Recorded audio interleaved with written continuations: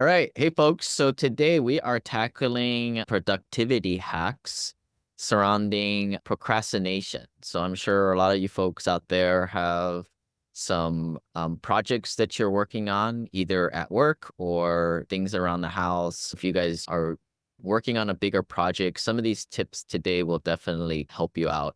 We had an earlier podcast. We went through half of these items. You can find the complete list of this at drpoolwoo.com on his blog section. But let's get back into it. The next one here, Paul, was embracing imperfection. I find that it's very common in high achievers and type A individuals, right? And embracing imperfection it's an art, and it's so important because being able to let go that you don't have to be perfect, you don't have to know everything, you don't have to have all the steps figured out to be able to start. Right? We talk about this, I know, in real estate investing as well. Don't have to know everything; you just have to know enough, right? To just get in the game, right? And then get in the game, just get your feet wet, and then you can always keep learning along the way, right? But if you wait until you quote unquote know everything, all this time is going, you're going to find all this time is going to pass by, and you're probably going to end up regretting not jumping in the game, right? And outside of real estate, this is, I think, so true in so many other realms as well, right? It's important to acknowledge that imperfections are part of the journey, right? And just having that mindset that mistakes are going to happen. Mistakes are opportunities for learning and for growth, right? And if you don't make mistakes, it means that you're actually not learning. And if you're not learning, then you're not making progress or you're not growing, right? It's actually antithetical to this growth mindset, this positive mindset that we stress, right? So, Yeah. Last time we talked about you were working on your mhm, workbook, like something that just came to mind is like a guy trying to get his whole life insurance, infinite banking mhm. set up.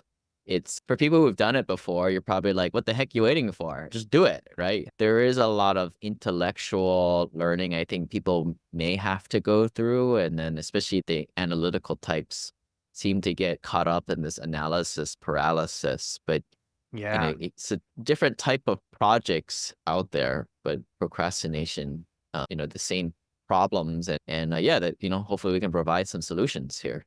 Yeah, that's a great example in that we see in our investor community because yeah, you can quickly see who are the hyper analytical types where they're asking a ton of questions, and there is complexity to these whole life policies, and there's all these different ways to structure it. And yeah, it's interesting. You see these guys just asking a ton of questions and they're doing everything but pulling the trigger. And then they get old and they can't qualify Yes. for that thing anymore. And all the meanwhile, their insurance rates are going up, right, as they're still deliberating. "Oh my gosh, like, should I do this or not?" So, it's pretty interesting. That's a great example of what we're talking about. So you had a great tactics that kind of surrounds embracing Eisenhower technique, you're saying? Yeah, I think Eisenhower Technique, I think, some of our, listeners might be familiar with this, but it's a tool to help manage procrastination pretty effectively, right? Another name for the Eisenhower matrix is the urgent important matrix.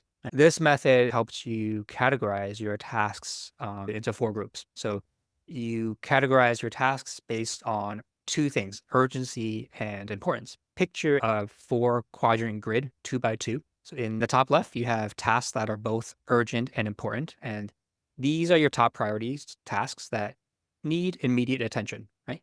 Then in the top, you have important, but not urgent tasks. And these are critical for your long term goals, but they can be scheduled later, right? Then you got the bottom left, which includes urgent, but not important.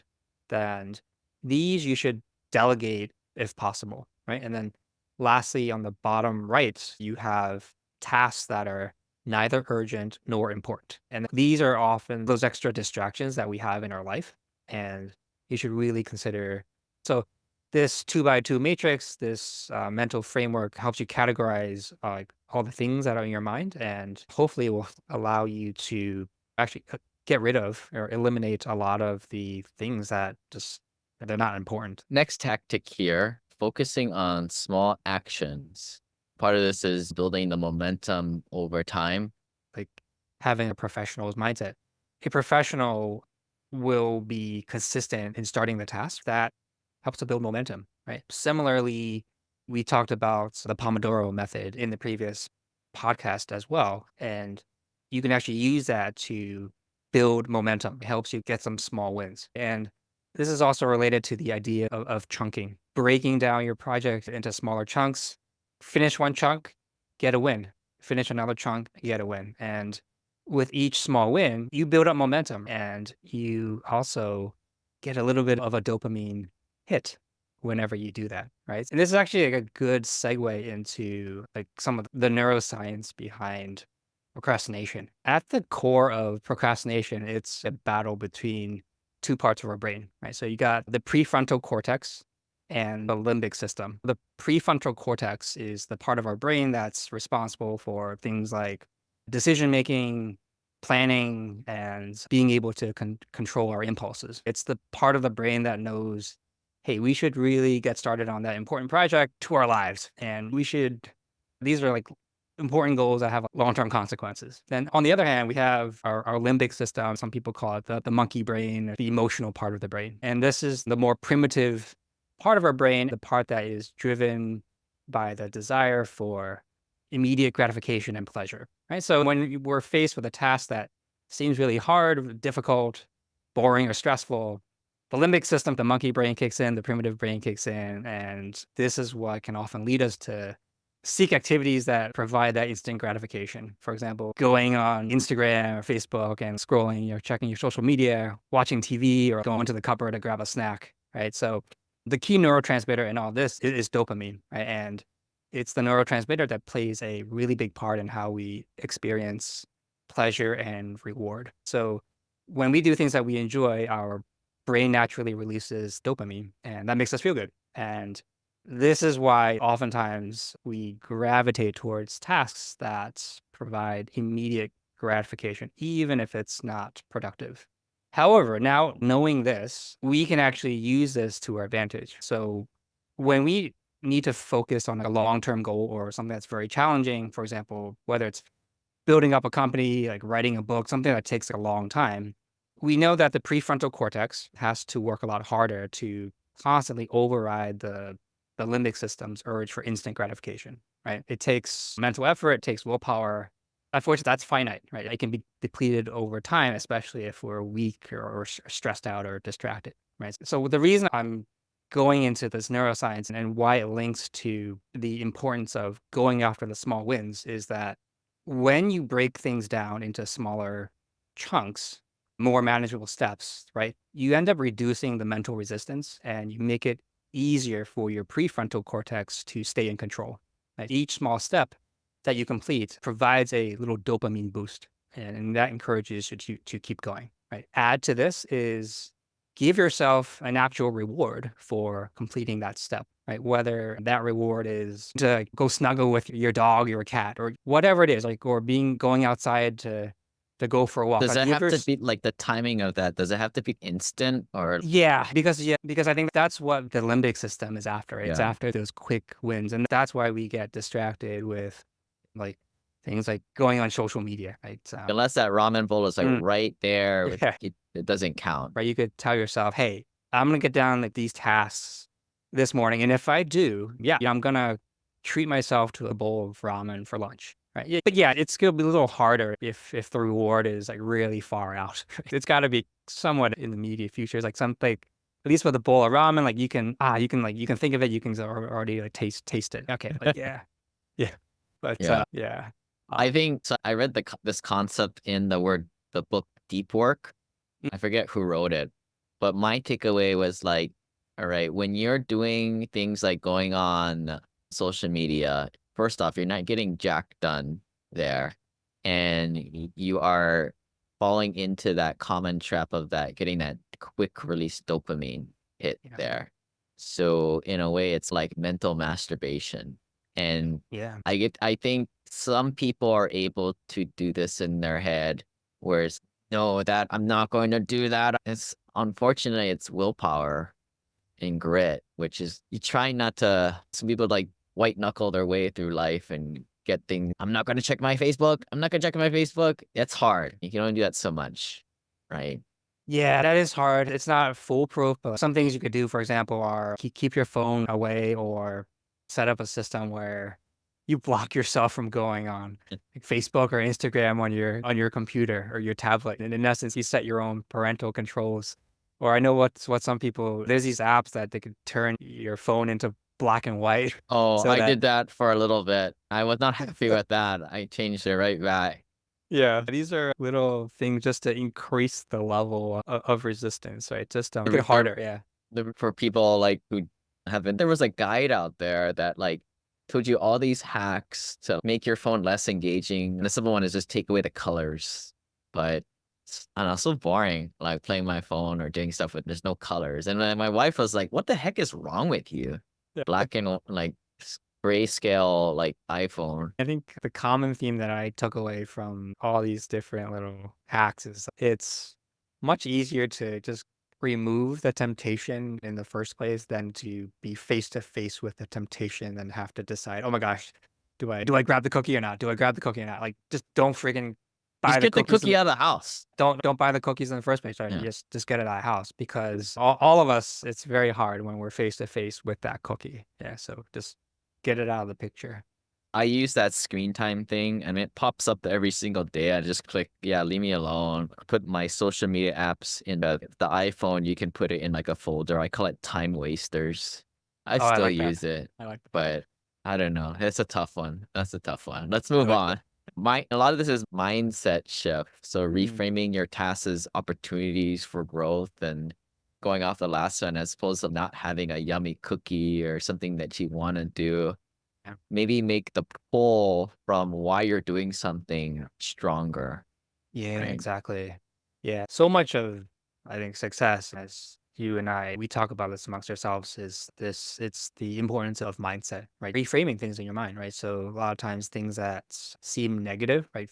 Reframe it into a positive, right? Like viewing mistakes as learning opportunities, viewing all these tasks that stand in the way of you and your final goal as opportunities and stepping stones for personal growth. And it's just shifting that mindset so that you reduce or eliminate the negative associations with all the things that you have to do, right? And reframing it in a way that actually encourages you to be proactive and to be engaged in actually what you're doing.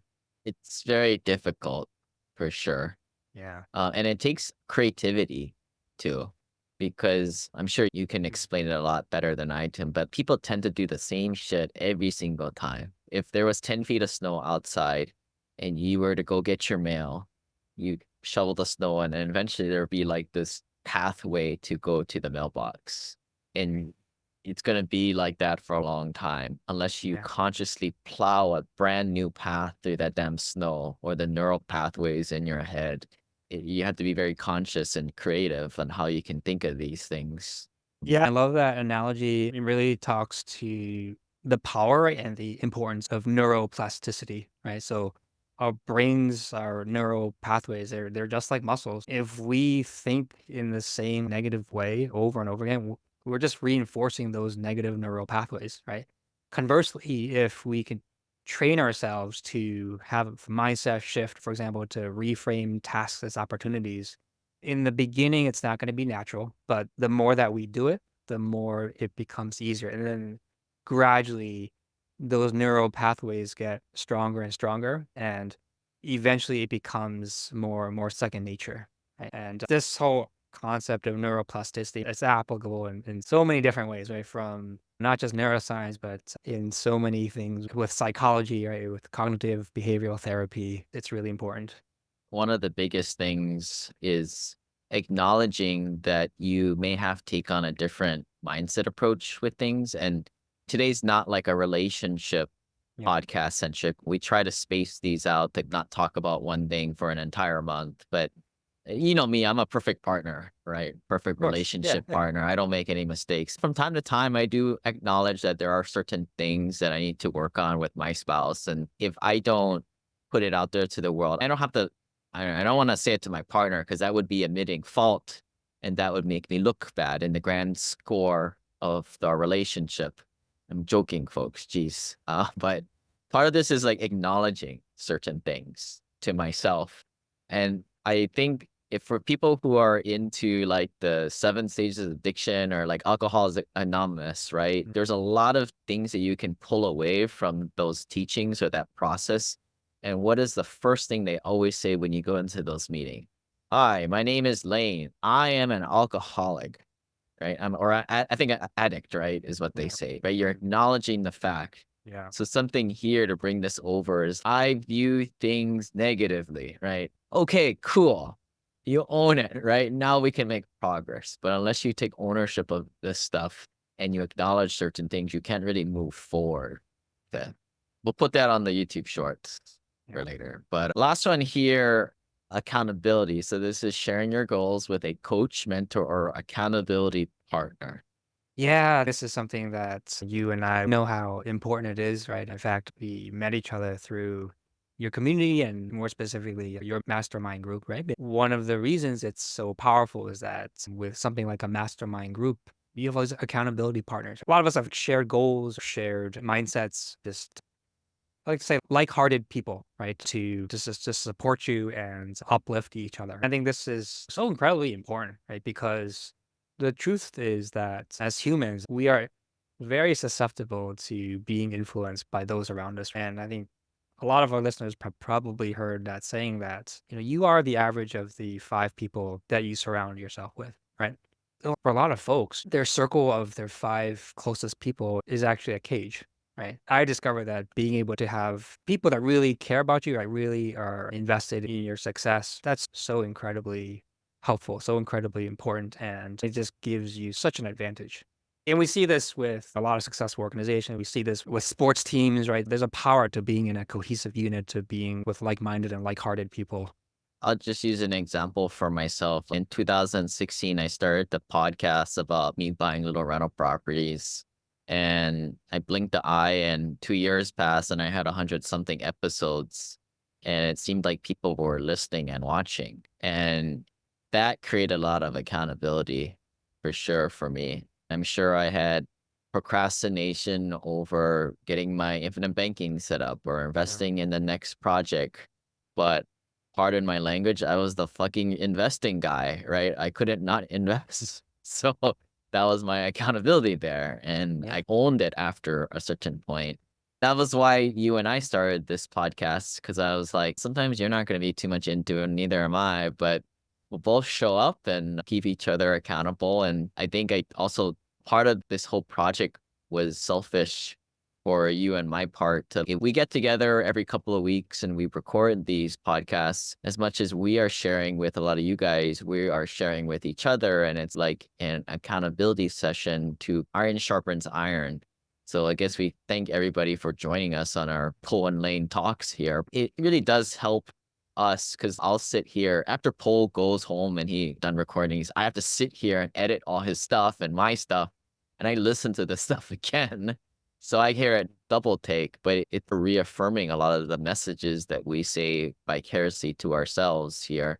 I would say the takeaway from that for people listening, you may not start a podcast or a YouTube channel, but if you can put it out there in the world, and some people, they don't want to let people down. If you're that kind of person, you don't want to let your family down, or you don't want to look stupid in front of others.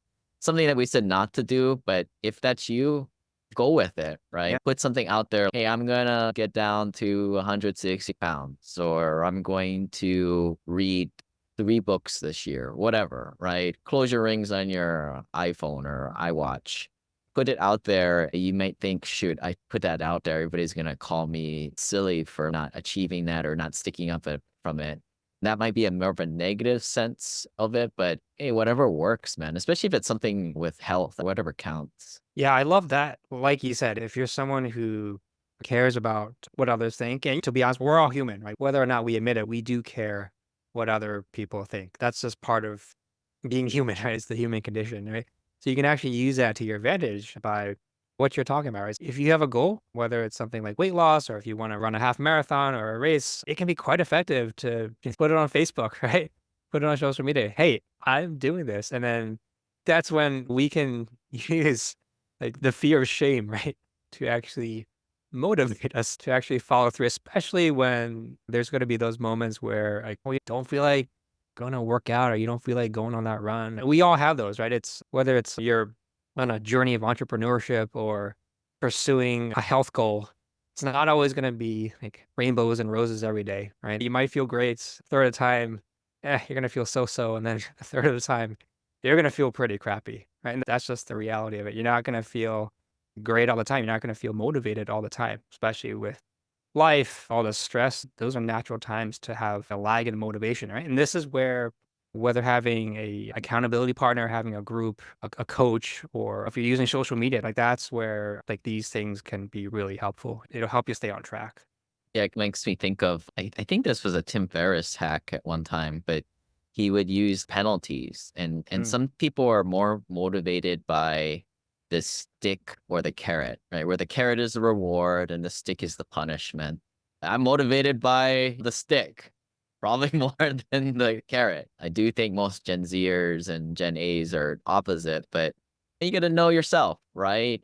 Yeah. Like, I guess the hack was like, if you don't do something, you're gonna make a donation to some hate group out there. Nobody wants to do that. The other one is give your buddy $100, and when you don't do something, they get to keep it. Create some penalty, or we're just putting this out there to get the Yeah. creative juices going. Yeah. I think at one point, like someone actually came up with an app, right? So that it's you set your goal, and then if you don't finish the task, then you'll send $1 or $10 to this random person who created this app. Yeah, I guess that's another new business, right? We'll just turn this into accountability escrow. Yeah, one thing that comes to mind is it's a mnemonic called the ABCDE method. It's related to the 2 by 2 matrix, the Eisenhower matrix, right? But just a quick rundown, the ABCDE, it's very similar, right? But A stands for like tasks that you must do, right? Because if you don't do them, there's like serious consequences, right? If they're not completed, for example, it's April and haven't filed your taxes yet. That for a lot of people would fall under the A. Tasks that are all should do's, but they have minor consequences. C are tasks that are they're nice to do, but there's no consequences if they're not done. D are those that you can delegate, and then E are those that you really should eliminate. Right? So if you think of this framework A, B, C, D, E, just going in order, it just teaches you to focus on your A tasks first to ensure that you tackle the most critical items on your list and thereby reducing procrastination. So yeah, we'll continue to do these procrastination tips. If you guys have any more, feel free to put it into the YouTube comment box. We'll see you guys on the next episode. Bye.